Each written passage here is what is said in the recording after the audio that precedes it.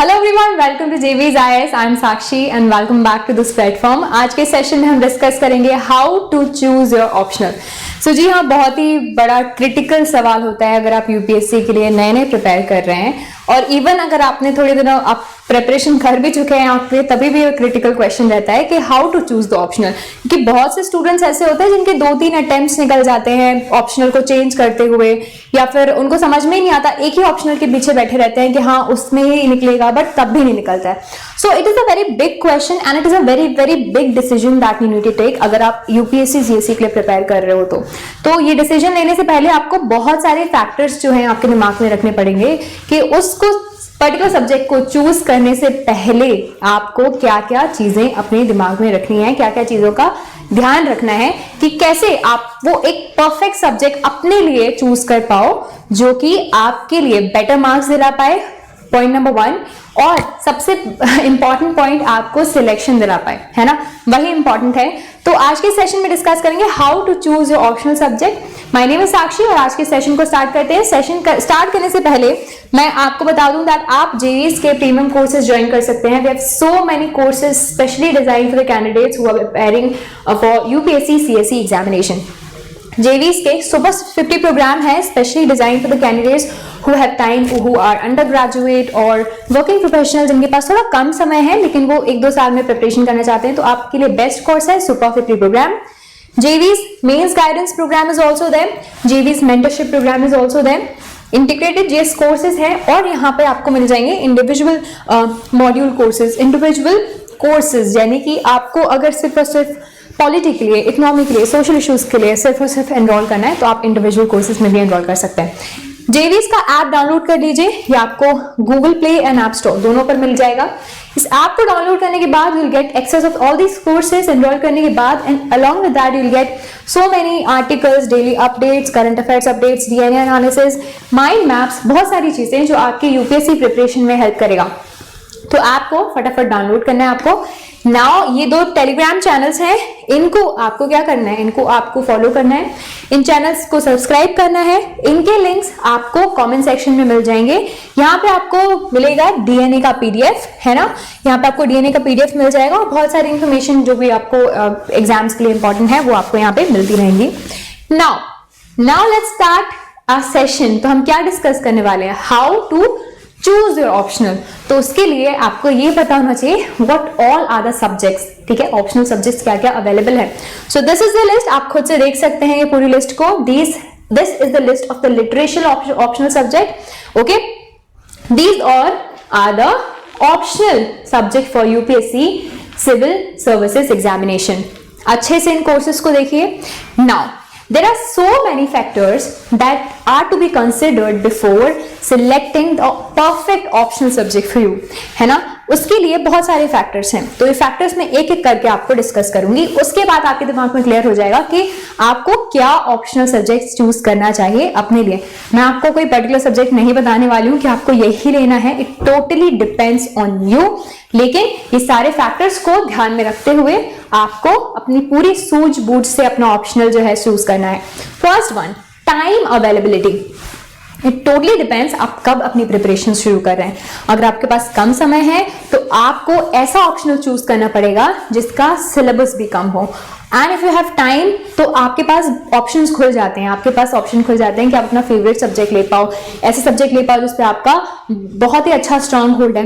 Time availability का मतलब ये भी है, फिर आपको बहुत सारे फैक्टर्स देखने पड़ेंगे कि वो सब्जेक्ट आपने पहले पढ़ा भी हो तो आपके लिए इजी हो और वो कम टाइम फ्रेम में आपके लिए कंप्लीट करने लायक हो। तो this has to be kept in mind. The first point is the time availability, कि आपके पास कितना टाइम है। ऑल्दो सिर्फ और सिर्फ ऐसा भी नहीं है कि मैं सिर्फ उन्हीं के लिए बोल रही हूँ जिन्होंने लेट प्रिपरेशन स्टार्ट की है, जिन्होंने परफेक्ट टाइम पे प्रिपरेशन स्टार्ट भी की है, उनके लिए भी सवाल है। उनके लिए भी बहुत सारी चीजें पढ़नी होती हैं, जीएस पढ़ना होता है, एसेज वगैरह पढ़ने होते हैं, ऑप्शनल पढ़ना होता है, प्रीलिम्स पढ़ना होता है, बहुत सारी चीजें होती है, राइट। सीसेट वगैरह के लिए प्रिपरेशन करनी पड़ती है कुछ लोगों को, तो आपके लिए भी time is a constraint factor, तो उसको ध्यान में रख के आपको रखना है। Second thing is the scoring chances, कि आप उस सब्जेक्ट में कितना स्कोर कर सकते हो, यानी कि सी ऑप्शनल ही ऐसा सब्जेक्ट है जो आपको सिलेक्ट करवाता है। अगर आपके पास ऑप्शनल में if you have a very very strong hold तो आप इसमें अच्छे मार्क्स स्कोर कर सकते हो। आप टॉपर्स के रिजल्ट देखिए पिछले सालों के, तो आपको समझ में आ जाएगा कि सिलेक्शन होता है किसके बेसिस पे, ऑप्शनल के बेसिस पे, क्योंकि जीएस और बाकी के ऐसे वगैरह जो हैं वो काफी ज्यादा उसमें आपको फ्लेक्सिबिलिटी मिलेगी, वहां पे बहुत काफी चीजें सिमिलर मिलेंगी।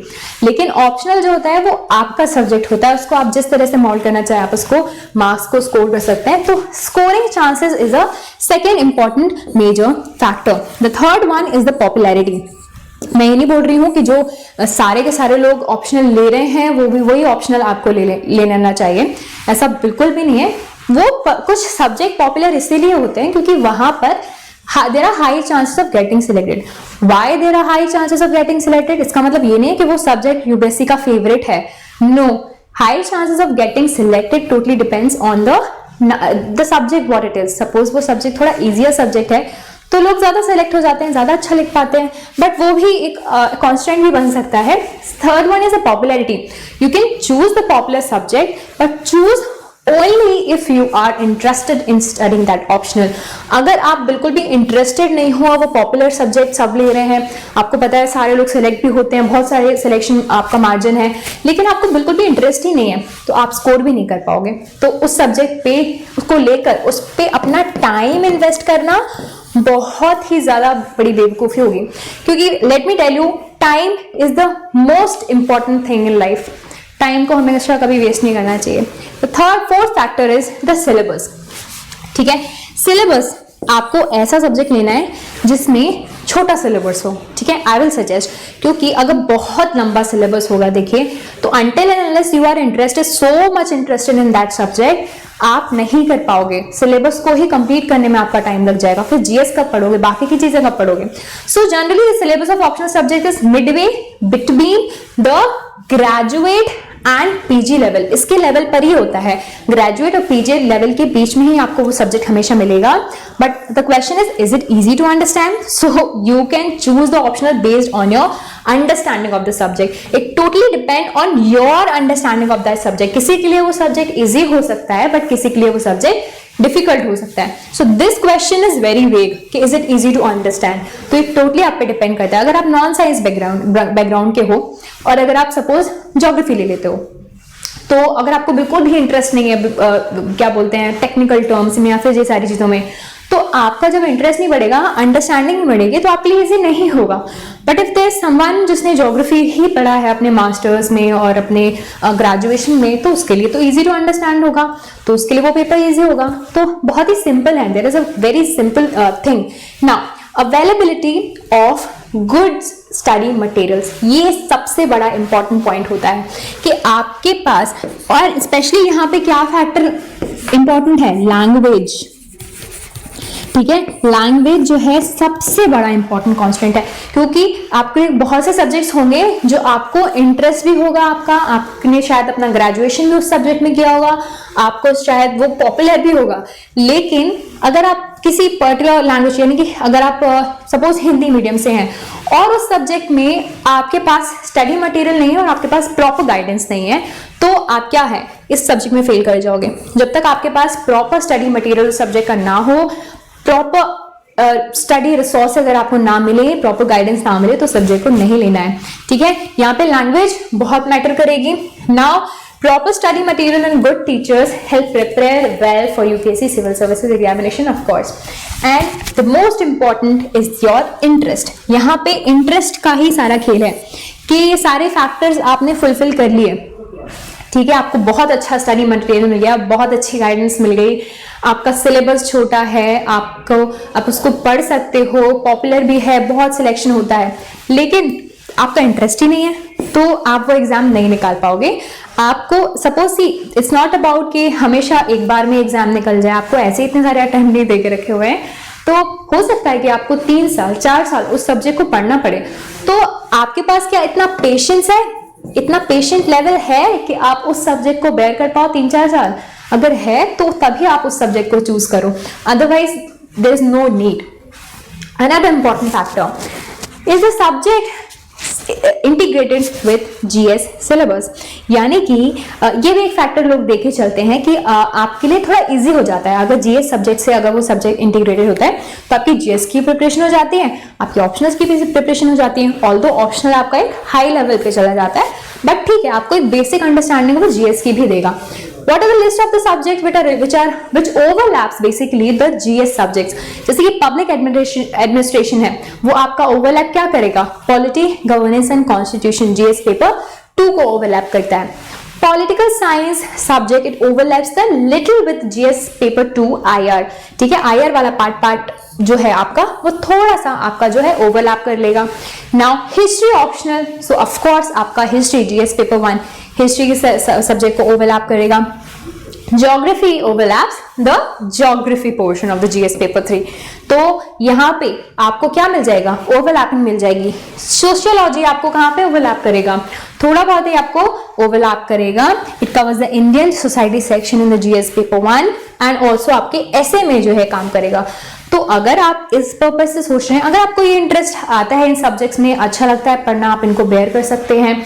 और आपके से of course these are the main you can say courses and subjects जिनके मटेरियल भी आपको अवेलेबल मिलेंगे दोनों लैंग्वेजेस में easily. But the thing is, अगर आप चाहते हैं कि आपका जीएस का भी हो तो यू कैन डू दिस, पर ज्यादा तो मैं ये नहीं बोलूंगी कि इसमें सिर्फ जीएस का है, जीएस आपका होगा इसी वजह से आप ऑप्शनल लें। This is one of the factor that on the basis of which you can decide your optional. Okay, now analysis of the previous year's main question paper. तो आपको सबसे पहले क्या करना है कि प्रीवियस ईयर्स के मेंस के ऑप्शनल के पेपर्स को देखना है। सपोज आपने लिस्ट ऑफ सब्जेक्ट बना लिया कि हाँ ठीक है, मैं ये सब्जेक्ट्स जो है वो कर सकता हूँ या फिर कर सकती हूँ कि these are the interest area of mind. अब आपको क्या करना है, आपको उनके प्रीवियस ईयर्स क्वेश्चन पेपर्स देखने हैं। प्रीवियस ईयर्स क्वेश्चन पेपर्स देखने से आपको पता चलेगा कि यूपीएससी आपसे क्या डिमांड कर रहा है, आप क्या वो चीजें पढ़ पाएंगे या नहीं पढ़ पाएंगे, आपको वहीं पे पता चल जाएगा और आपको इजी होगा अपना सब्जेक्ट डिसाइड करने के लिए। Now role of current affairs in optional.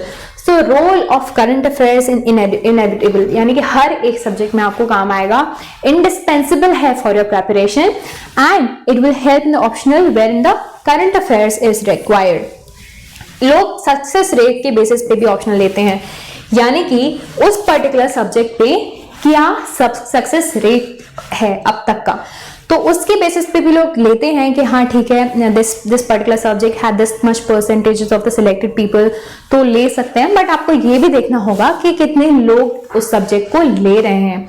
Suppose आपने ज्योग्राफी लिया, I am just giving a very hypothetical example, आपने ज्योग्राफी लिया और ज्योग्राफी में सपोज 100 लोग जो है उन्होंने ज्योग्राफी लिया आपके साथ, और उसमें से आपका सिलेक्शन हो गया 20% लोगों पे। लेकिन कोई पर्टिकुलर लैंग्वेज का पेपर है, सपोज लैंग्वेज में हिंदी लैंग्वेज 10 लोगों ने लिया और उसमें 2 लोग सिलेक्ट हुए, तो परसेंट तो सेम ही है ना। तो वो मत देखिएगा कि जहां पे ज्यादा भीड़ है वहीं पे जाना है ना। So know you about your competition, ये बात मैं बताना चाह रही हूँ कि आपको अपना कॉम्पिटिशन पता होना चाहिए ना, that you should know about the competition level of the optional subject. It means you need to know about a number of aspirant aspiring in an optional and its success ratio। इन दोनों चीजों के basis पे आपको अपना जो है decision लेना है। मोर number of aspirants means more answer sheets. Okay, जितनी ज्यादा आंसर शीट आपके एग्जामिनर के पास होंगी, आप उनका दिमाग का जो स्टेट है आप वो जान सकते हैं। So the success ultimately depends upon your writing skill, कि आप कैसे लिखते हो, स्पेशली क्या लिखते हो जो कि आपने समझा, अपने दिमाग की चीजें आप अपने राइटिंग में कैसे आप उन पेपर्स पर उतार सकते हो। At the end of the day आपका सिलेक्शन वही मैटर, वहीं पर ही जो है आपका मेन काम आएगा। Now what is the success rate of optional subjects in the UPSC civil services examination, ये भी बहुत से लोग पूछोगे अभी आप, इसलिए मैं आपको बता देती हूँ। So these are the optional subjects with the high success rate. अब तक के दीज आर द सब्जेक्ट्स जिनमें आपको सबसे ज्यादा जो है सिलेक्शंस मिल जाएंगे। And these are the subjects like psychology, sociology, anthropology, public administration, agriculture, medical sciences, Gujarati literature, Kannada, Marathi, economics, animal husbandry, veterinary science, law, commerce and accountancy, management and geology, strategy for choosing optional. So these are the subjects जिनके आपको क्या है success rate ज़्यादा मिल जाएंगे, कुछ बहुत ही ज़्यादा course oriented है, यानी कि आपको जिनमें सपोज साइंसेज हैं, जिन्होंने मेडिकल साइंसेज वगैरह लिया होगा वही ले पाएंगे, कॉमर्स, अकाउंटेंसी। तो these are the some of the courses which have the high what success rate. Now what you need to do, अब आपको क्या करना है, पहले आपको करना है शॉर्ट लिस्ट इन सब्जेक्ट को कि आपके इंटरेस्ट किस किस सब्जेक्ट्स में है। Like after like you are interested taking into mind the factors discuss above, यानी कि हमने जो अभी तक सारे जो फैक्टर्स डिस्कस किए, आपके दिमाग में क्या क्या आप जो है सब्जेक्ट ले सकते हैं, शॉर्ट लिस्ट कर सकते हैं। That you need to choose out. Now read the complete syllabus of the short listed optional subject. अब आपको क्या करना है, जितने भी ऑप्शनल सब्जेक्ट हम आपने शॉर्टलिस्ट किए हैं कि based on your interest, success rate and so many things, materials available in the market, ये सारी चीज़ों पे अगर आपने सोचा है और अपने जो सब्जेक्ट्स हैं वो आपने शॉर्टलिस्ट किए हैं, अब आपको क्या करना है, उनका सिलेबस पढ़ना है। सिलेबस पढ़ने से और मैंने जैसे बताया प्रीवियस ईयर्स क्वेश्चन करने से आपको पता चलेगा कि what UPSC wants from you, कि आपको उसमें क्या क्या पढ़ना है। And then when once you will read that syllabus ना, you will get to know कि आपसे वो सब्जेक्ट हो पाएगा या नहीं हो पाएगा। फिर आपके लिए इजी होगा कि आपके लिए क्या मैटर करता है, छोटा सिलेबस मैटर करता है या फिर आपका इंटरेस्ट मैटर करता है। That you can decide by reading out the previous years question papers and the syllabus. तो आपने शॉर्टलिस्ट कर लिया, फिर सिलेबस देख लिया, प्रीवियस ईयर्स के पेपर्स को आपको जरूर से जरूर सॉल्व करना है, ठीक है। और वंस अगर आप सोचिए या फिर आप देखते हो, अगर आपको कुछ समय हो जाता है पढ़ते पढ़ते और सपोज थोड़े ही दिन हुए हैं और आपको लगता है कि नहीं this decision is wrong, so you can always reconsider your decision, क्योंकि ऑप्शनल चूज करना, once you will get into that trap ना, कि अगर आपने एक बार दे दिया नहीं हुआ, फिर आपने सोचा कि अरे यार दूसरा सब्जेक्ट पकड़ने से क्या ही मतलब है, लेट्स डू इट अगेन, उसको अच्छे से पढ़ लेते हैं। बट अगर आपका उसमें इंटरेस्ट आ ही नहीं रहा है या फिर आपने उसमें अच्छा कर ही नहीं सकते हो ना, so it is going to waste your attempts, और अटेम्प्ट्स तो सबसे ज्यादा इंपॉर्टेंट है, तो वो तो आपको वेस्ट नहीं करने। सो ऑप्शनल चूज करना जो होता है ना, this is the most important factor for your UPSC CSE. Okay, now this is done. Now try to understand the demand of UPSC question. फिर आप समझोगे कि क्या डिमांड कर रहा है वो आपसे, है ना। आपको ऑप्शनल सब्जेक्ट से तो आपको ऐसा तो नहीं है कि आपको ग्रेजुएशन लेवल की चीजें पूछनी जाएगी, पीजी लेवल की चीजें पूछ जाएगी, नहीं। यहाँ से आपसे यूपीएससी कुछ अलग ही डिमांड कर रहा है। ये डिमांड कर रहा है कि इनके पास आए क्या एडमिनिस्ट्रेटर्स, ब्यूरोक्रेट्स आए, तो वो उसी हिसाब से चीजें पूछता है और उसी हिसाब से आपकी अप्रोच को एक्सपेक्ट करता है। तो you will have to make your approach in that way. If you can do that then fix that subject, यानी कि अगर आपको ये सारे प्रॉब्लम्स, अगर आपने सारी चीजें कर ली हैं, तो फिर उसके बाद आप वो है अपना सब्जेक्ट को फिक्स कर लीजिए कि yes that subject you are going to take. So optional एक बहुत ही बड़ा एक वास्ट टॉपिक है कि बहुत से स्टूडेंट्स होते हैं उनको बहुत प्रॉब्लम होती है ऑप्शनल को लेके, क्योंकि मिड वे में जाके उनको पता चल रहा है कि उनका इंटरेस्ट नहीं है या फिर उनसे सिलेबस नहीं हो पा रहा है। क्योंकि क्या होता है ना कि सपोज अगर आपको किसी कोचिंग इंस्टीट्यूशन में जा रहे हैं, जो मेन हब है इंडिया के, वहाँ के कोचिंग इंस्टीट्यूशंस में जा रहे हैं, आप सजेस्ट कर लोगे, फ्रेंड्स से पूछ लोगे क्या ऑप्शनल है, तो वो जो ले रहे होंगे वो आपको सजेस्ट कर देंगे, या फिर उन्होंने जो सुना होगा कि हर यार ये सारे सब्जेक्ट ये लेते हैं, अरे इस बार इस टॉपर ने ये सब्जेक्ट लिया था तो हम भी ये सब्जेक्ट ले लेते हैं। बट ऐसा नहीं हो सकता ना कि आपको वो सब्जेक्ट में इंटरेस्ट है, आपको उस सब्जेक्ट में अंडरस्टैंडिंग है। अंडरस्टैंडिंग आना ही सबसे मेन इंपॉर्टेंट आपके लिए फैक्टर है कि आपको उस सब्जेक्ट को अंडरस्टैंड करना पड़ेगा। अगर आप उस सब्जेक्ट को समझोगे ही नहीं और अगर वो सब्जेक्ट आपको समझ में ही नहीं आएगा तो आप लिखोगे क्या। सो दिस इज इट ना। सो गाइज आज के सेशन में हमने जाना that how you will choose your optional subject. Of course I can't tell you कि what subject you should take, that answer should be answered by you yourself. आप खुद ही इस आंसर को दीजिए कि आपको क्या सब्जेक्ट आता है। The most important factor is the your graduation, कि अगर आपने ग्रेजुएशन में कुछ सब्जेक्ट से अपना ग्रेजुएशन किया है, पीजी किया है, और अगर आपको वो सब्जेक्ट अच्छा लगता है और आप उसको आगे परस्यू भी करना चाहते हैं, उसमें इंटरेस्ट भी है, तो of course you can go ahead with that. अगर आपके पास, बट मोस्ट इंपॉर्टेंट थिंग, अगर आपके पास इसके स्टडी मटेरियल्स अच्छे होने चाहिए, प्रॉपर गाइडेंस होना चाहिए, क्योंकि आपके यहाँ पे they don't want a researcher in you, thesis नहीं लिखवाना है उनको आपसे ऑप्शनल पेपर निकालना है। तो एक स्ट्रेटेजिक अप्रोच होनी चाहिए ऑप्शनल को सॉल्व करने के लिए, ऑप्शनल को प्रिपेयर करने के लिए, तो वो अप्रोच आपको फॉलो करनी पड़ेगी। एनीवेज, आज हमने डिस्कस किया how you will choose the optional, what all are the factors that affect the optionals. Like there are so many people take different type of approach to take the optionals. तो बहुत सारे approach मैंने आपके साथ discuss किए। भेड़ चाल में आपको नहीं चलना है, right? In a very straight point I will say आपको खुद से डिसाइड करना है कि आपका पोटेंशियल क्या है। आपका पोटेंशियल आपसे ज्यादा कोई और नहीं जानता, तो वो आपको खुद को डिसाइड करना है कि आप किस चीज को कंप्लीट कर सकते हैं within a certain time frame, that you need to decide. तो चलिए यहाँ पे मैं बता दूं कि जेवीज के प्रीमियम कोर्सेज ज्वाइन कर लीजिए। इंटीग्रेटेड जीएस कोर्स है यहाँ पे, तो इसको ज्वाइन करने से आपकी सारी की सारी प्रिपरेशन हो जाएगी। नाउ जेवीज के इंडिविजुअल कोर्सेज भी हैं जहां पे आप कर सकते हैं अलग अलग कोर्सेज के लिए प्रिपरेशन, जैसे कि अगर आप सिर्फ इंडियन पॉलिटी के लिए, सोशल इश्यूज के लिए, करंट अफेयर्स के लिए अलग कोर्स लेना चाहते हैं तो इंडिविजुअल कोर्सेज भी ज्वाइन कर सकते हैं। If you have time you can join the super 50 programme. JVs also have the mains guidance program and the mentorship program is also there. So इनमें से किसी भी कोर्सेज को आप ज्वाइन कर सकते हैं। JVs की ऐप डाउनलोड कर लीजिए। इन कोर्सेज को एनरोल करने के बाद आपको ऐप में इजी एक्सेस हो पाएगा इन सारे कोर्सेज के लिए। यही नहीं, आपको यहाँ पे बहुत सारे current affairs updates, articles, mind maps, ये सारी चीजें आप में मिलेंगी। App is very helpful and useful. इसको आप डाउनलोड कर सकते हैं गूगल प्ले स्टोर से एंड ऐप स्टोर से। यहाँ पे आपको सारी चीजें मिल जाएंगी। And for more details and for more information you can contact on this number, okay? Or you can always simply visit the website www.jatinverma.org. If you like this session, do subscribe this channel. Thank you so much for listening. Please hit the bell icon. यहाँ से आपको सारे informations and notifications मिलते जाएंगे so that you never miss any of the videos. Do connect us on the social media handles Facebook, Twitter, Instagram and Telegram. So this is it for this session. I'll see you in the next one. Till then, take care. Bye bye.